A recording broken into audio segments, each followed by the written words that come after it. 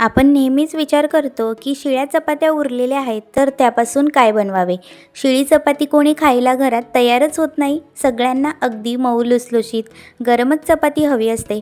जर तुमच्या अगदी खूपच जास्त शिळ्या चपात्या उरलेल्या असेल तर यापासून नक्कीच ही रेसिपी एकदा ट्राय करा। घरातल्यांना सगळ्यांना सांगायला तुम्हाला वेळसुद्धा भेटणार नाही, त्याच्या आतच ही चपातीची रेसिपी झटपटच संपून जाईल।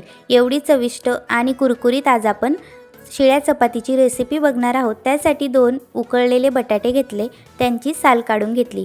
दोन्ही बटाटे एका बाउलमध्ये घेतले, चमच्याच्या साहाय्याने स्मॅश करून घेतले। बटाटे स्मॅश झाल्यानंतर त्यामध्ये आता आपण पुढील साहित्य टाकूया। त्यामध्ये आपल्याला 1 चमचा जिरे टाकायचे आहे, त्यानंतर अर्धा चमचा हळद टाकायची, अर्धा चमचा तिखट घालायचे, त्यानंतर अर्धा चमचा गरम मसाला आणि अर्धा चमचा धनेपूड टाकायची।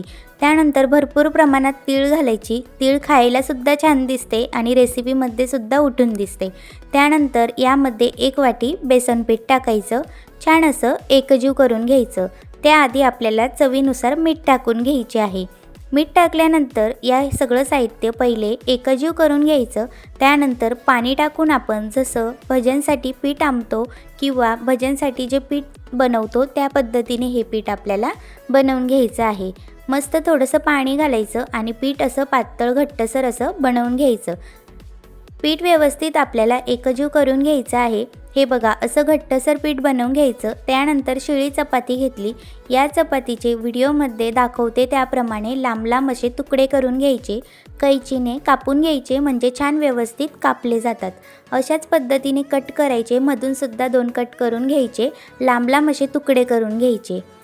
व्यवस्थित तुकडे करून झाल्यानंतर आता आपल्याला हे तुकडे आपण जे पीठ आंबवलेले होते किंवा जे पीठ आपण साईडला तयार करून ठेवलेले होते त्यामध्ये हे चपातीचे पीठ जसे आपण बटाट्याची भजी बनवतो त्याचप्रमाणे ही चपाती यामध्ये बुडवायची आणि तेलामध्ये कुरकुरीत होईस्तोवर तळून घ्यायची।